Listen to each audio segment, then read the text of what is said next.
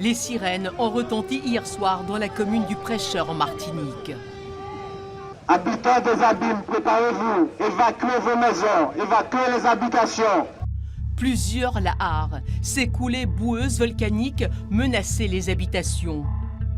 300 personnes à proximité de la rivière ont été évacuées. Pas d'eau, pas de lumière, rien, nourriture. J'ai connu ça déjà. Moi, c'est bon. Des renforts de gendarmerie sont sur place. Une cellule de crise a été activée. On peut affirmer que on a un lahar qui arrive et qui est très très puissant. Bon, voilà. Donc on ne connaît pas les conséquences, mais il vaudrait mieux que les gens ne restent pas là. C'est très très dangereux et vous risquez votre vie. Ces coulées de boue n'ont rien à voir avec l'activité sismique de la montagne Pelée. Les fortes pluies seraient à l'origine de ce phénomène.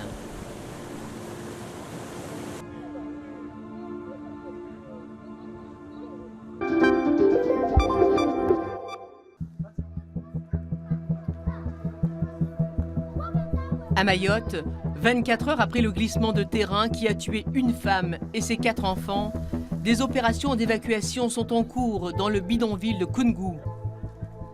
Il faut faire vite, car d'autres maisons sont menacées par les fortes pluies.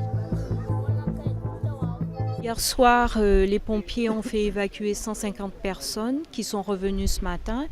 Donc nous avons fait appel à nos médiateurs aujourd'hui pour identifier ces personnes, pour que nous puissions les évacuer et éventuellement les reloger.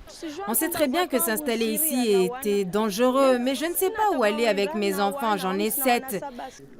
Au sein de la cellule de crise, on examine des solutions pour éviter de tels drames. C'est une démarche de long terme. D'abord, c'est de mettre en place les procédures d'infraction qui peuvent permettre de détruire ces logements dangereux, mais il faut aussi un accompagnement social. La ministre des Outre-mer a annoncé la construction de 900 nouveaux logements.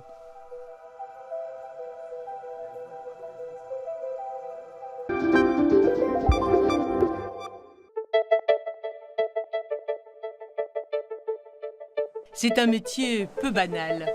Margot Trémont est éthologue, spécialiste du comportement animal en milieu naturel. Je vais mettre une palme pour retenir les odeurs puisque je vais faire un enrichissement olfactif.